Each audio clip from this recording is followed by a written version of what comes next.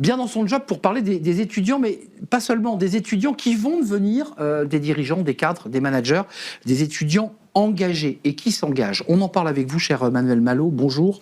Bonjour. Ravi de vous accueillir. Tous mes vœux.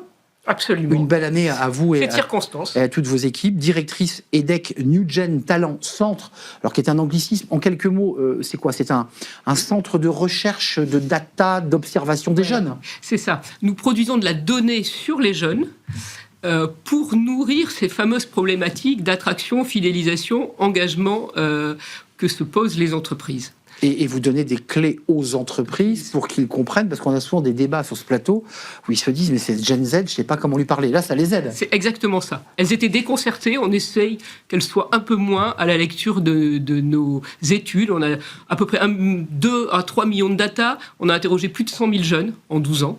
Donc c'est ça notre métier, produire de la data et ensuite expliquer. Et de l'expertise et évidemment de le proposer aux entreprises. Ce baromètre de décembre 2025, il est tout chaud. Oui. Alors il est fait avec des sociologues, des sociodémographes. Quel était l'objectif de ce baromètre ? Alors d'abord, on détecte toujours des tendances avant de lancer une étude, donc dans des focus group ou simplement avec des discussions avec des jeunes. On travaille à la fois avec des écoles d'ingénieurs, des écoles de management, évidemment, et des universitaires. Et ce qu'on avait détecté ces derniers temps, on l'a vérifié avec l'étude, c'est qu'on a plus de jeunes engagés. Alors c'est pas pendant leurs études, faut le préciser. Pendant leurs études, de 18 au grade master. Alors c'est paradoxal parce que finalement, aujourd'hui, les entreprises se plaignent d'un défaut d'engagement de ces jeunes générations. Et à côté de ça, le monde politique se plaint aussi que les jeunes se désintéressent un peu de la politique. Et pourtant, ils s'engagent là. C'est intéressant ce que vous dites. Comment vous expliquez cet engagement que vous avez identifié, sondé, et qu'il s'arrête ou il s'étiole dans l'entreprise ou dans l'engagement sociétal en général quand ils deviennent adultes?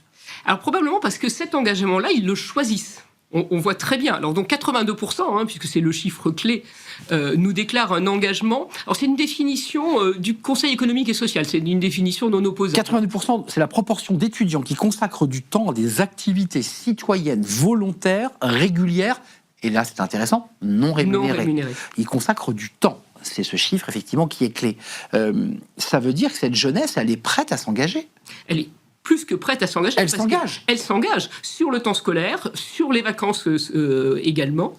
Et elle s'engage à hauteur, pour beaucoup, 41%, je crois, plus de 10, 12 heures par mois. C'est considérable. Ils choisissent leur engagement. Leur engagement, il va vers quoi? Parce qu'on voit bien aujourd'hui, il y a les enjeux de climat, d'écologie, il y a aussi la solidarité. C'est quoi les grands sujets sur lesquels ils s'engagent? Alors ça, c'était une de nos surprises. Intuitivement, on s'est dit ils vont beaucoup s'engager sur l'environnement puisque c'est les marches pour le climat et on voit bien que ça les mobilise. Ben non. Pas du tout. En fait, ils s'engagent avant tout sur des projets caritatifs, associations caritatives, et des projets de transmission.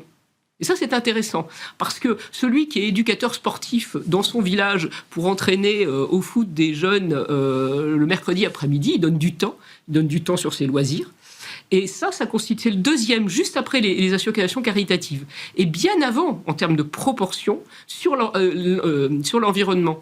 Donc c'est social et sociétal avant d'être environnemental, leur engagement. Manuel, avant de nous quitter, il y a aussi un pont intéressant, parce qu'on voit que dans les startups créées, 9 startups sur 10, les fondateurs, donc c'est-à-dire ces jeunes qui étaient engagés encore quelques mois auparavant, continuent à s'engager et à avoir des valeurs piliers d'engagement. Ça, c'est intéressant aussi. Oui, et c'est là le pont avec l'entreprise, puisque nous nourrissons l'entreprise. Oui, la motivation de ces jeunes, la raison d'être des startups qu'ils créent, c'est le net positive, c'est d'avoir un impact positif sur leur environnement, d'ailleurs très social et sociétal aussi, vous l'aurez repéré. Une gouvernance, transparence, éthique, bien-être des employés, des collaborateurs. Donc ça, c'est intéressant, c'est-à-dire qu'il y a un effet miroir, ils veulent être bien, mais ils veulent aussi que leur collab soit bien, et puis ils réduisent leur empreinte carbone, on voit là, cet instant, mais plus bas, effectivement. Mais plus bas, et ça, c'est intéressant. Le haut de l'item.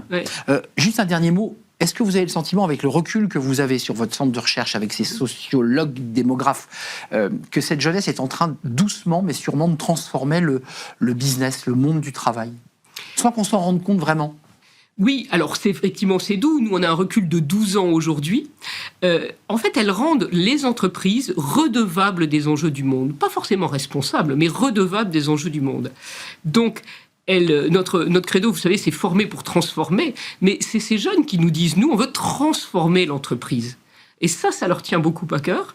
Et c'est pour ça que dans ce baromètre, on se dit, si l'entreprise donne les conditions d'un engagement citoyen à ces jeunes, elles pourront beaucoup plus les engager. Et c'est ça la clé. Et ils le seront d'ailleurs quand ils créeront pour certains leur boîte, et c'est ce qu'on voit dans votre étude. Oui. Votre étude, ce baromètre à découvrir sur le site de l'EDEC ? Oui, sur le site de l'EDEC, à la direction New Gen Talent Center. New Gen Talent Center, l'étude évidemment est beaucoup plus dense et beaucoup plus riche, avec des datas qui vont vous intéresser, vous DRH, vous dirigeants, parce que c'est tout l'objet aussi de cette étude. Merci Manuelle Malo d'être venue nous rendre visite. C'est un vrai plaisir. Directrice EDEC New Gen Talent Centre. Voilà le programme. Juste après, évidemment, c'est le cercle RH. On s'intéresse aux salariés expérimentés. Vous avez vu, j'ai envie de retirer le mot senior, qui aujourd'hui a perdu un peu de son sens, qui est un peu démonétisé. Et pourtant, on continue à parler de ces seniors et de leur employabilité. On en parle avec des experts, et notamment des experts de Senior Force Plus. Ils sont avec nous et c'est le cercle RH.